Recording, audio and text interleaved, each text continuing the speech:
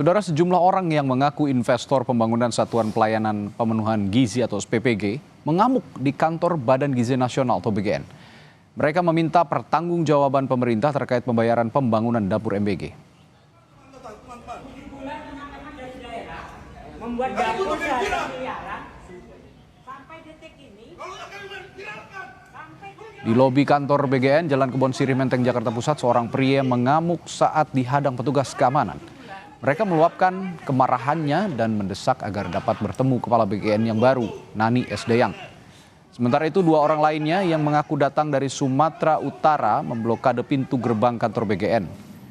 Mereka menagih janji pemerintah untuk pembangunan dapur MBG yang sudah mereka biayai dengan uang pribadi.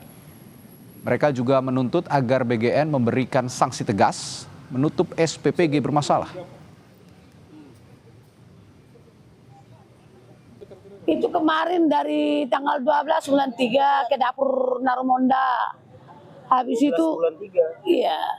Terus tanggal 14 bulan 3. Ya, sampai hari ini nggak dibayar. Terhitung di ibu aja udah berapa kali? 120 juta. 120 juta. Berapa sih kerugian yang dialami?